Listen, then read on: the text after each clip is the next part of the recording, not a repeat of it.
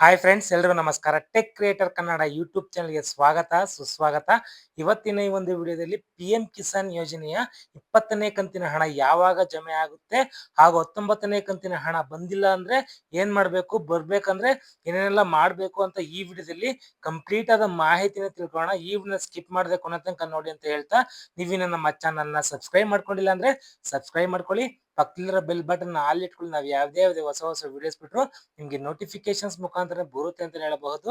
ಬನ್ನಿ video start ಮಾಡೋಣ. ಹೌದು ಫ್ರೆಂಡ್ಸ್, ಪಿಎಂ ಕಿಸಾನ್ ಯೋಜನೆಯ 19ನೇ ಕಂತಿನ ಹಣ ಸುಮಾರು ಜನಗಳಿಗೆ ಇನ್ನೂ ಕೂಡ ಕ್ರೆಡಿಟ್ ಆಗಿಲ್ಲ ಅಂತಾನೆ ಹೇಳಬಹುದು.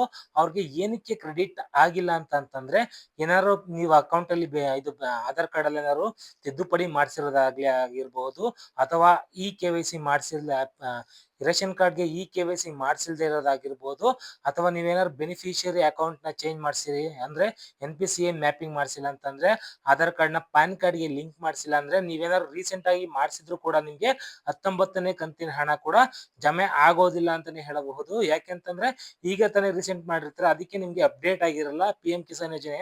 ನೀವು ಇದನ್ನ ಚೆಕ್ ಮಾಡ್ಕೊಬೇಕು ಅಂದ್ರೆ ಪಿಎಂ ಕಿಸಾನ್ ವೆಬ್ಸೈಟ್ ಗೆ ಹೋಗಿ, ಬೆನಿಫಿಷಿಯರಿ ಅಕೌಂಟ್ ಗೆ ಹೋಗಿ, ಅಲ್ಲಿ ನಿಮ್ದು ಸಮಸ್ಯೆ ಏನಾಗಿದೆ ಅಂತ ಚೆಕ್ ಮಾಡ್ಕೊಂಡ್ರೆ ನಿಮ್ಗೆ ಗೊತ್ತಾಗುತ್ತೆ ಏನಕ್ಕೆ ಪಿಎಂ ಕಿಸಾನ್ ಯೋಜನೆ 19ನೇ ಕಂತಿನ ಹಣ ನಿಮ್ಗೆ ಜಮೆ ಆಗಿಲ್ಲ ಅಂತ ತಿಳ್ಕೊಬಹುದು. 20ನೇ ಕಂತಿನ ಹಣ, ಪಿಎಂ ಕಿಸಾನ್ ಯೋಜನೆ 20ನೇ ಕಂತಿನ ಹಣದ ಬಗ್ಗೆ ಬರೋದಾದ್ರೆ, ನೀವೇನಾದ್ರೂ ಇದಕ್ಕೆ ಕಡ್ಡಾಯವಾಗಿ ನೀವು ದಾಖಲಾತಿಗಳನ್ನ ಸರಿಯಾಗಿ ಮಾಡಿಟ್ಕೊಬೇಕು. ಯಾಕಂತಂದ್ರೆ 20ನೇ ಕಂತಿನ, ಈಗ 19ನೇ ಕಂತಿನ ಹಣ ಬಂದಿಲ್ವಲ್ಲ, ಅದೇ ರೀತಿಯಾಗಿ ಯಾರು 19ನೇ ಕಂತಿನ ಹಣ ಪಡ್ಕೊಂಡು 20ನೇ ಕಂತಿನ ಹಣಕ್ಕಾಗಿ ವೇಟ್ ಮಾಡ್ತಿದ್ರೋ ಅವ್ರೇನಾದ್ರು ಸರಿಯಾಗಿ ಡಾಕ್ಯುಮೆಂಟ್ಸ್ ನ ಇಟ್ಕೊಬೇಕು. ಇಲ್ಲ ಅಂತಂದ್ರೆ ನಿಮ್ಗೆ 19ನೇ ಕಂತಿನ ಹಣ ಬಂದಿಲ್ವಲ್ಲ, ಅದೇ ರೀತಿಯಾಗಿ ನಿಮ್ಗೆ 20ನೇ ಕಂತಿನ ಹಣ ಕೂಡ ಬರೋದಿಲ್ಲ. ಏನಕ್ಕೆ ಅಂತಂದ್ರೆ, ನೀವೇನಾದ್ರು ಆಧಾರ್ ಕಾರ್ಡ್ ನ ಸೀಡಿಂಗ್ ನ ಮಾಡಿಸಿಲ್ಲ ಅಂದ್ರೆ, NPCI ಮ್ಯಾಪಿಂಗ್ ಮಾಡಿಸಿಲ್ಲ ಅಂದ್ರೆ, ಪಾನ್ ಕಾರ್ಡ್ ನ ಆಧಾರ್ ಕಾರ್ಡ್ ಗೆ ಲಿಂಕ್ ಮಾಡಿಸಿಲ್ಲ ಅಂದ್ರೆ, ನೀವೇನಾದ್ರು ಅಕಸ್ಮಾತ್ ಬ್ಯಾಂಕ್ ಅಕೌಂಟ್ ನ ಚೇಂಜ್ ಮಾಡಿಸಿದ್ರು ಕೂಡ ನಿಮ್ಗೆ 20ನೇ ಕಂತಿನ ಹಣ ಬರೋದಿಲ್ಲ.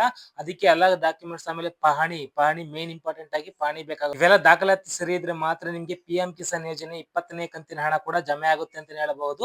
ಇನ್ನು ಪಿಎಂ ಕಿಸಾನ್ ಯೋಜನೆ 20ನೇ ಕಂತಿನ ಹಣ ಯಾವಾಗ ಜಮೆ ಆಗುತ್ತೆ ಅಂತಂದ್ರೆ, ಜೂನ್ 15ರಿಂದ ಜಮೆ ಮಾಡ್ತೀವಿ ಅಂತ ಬರ್ತಾ ಇರೋ ಮಾಹಿತಿ ಆಗಿರ್ತದೆ.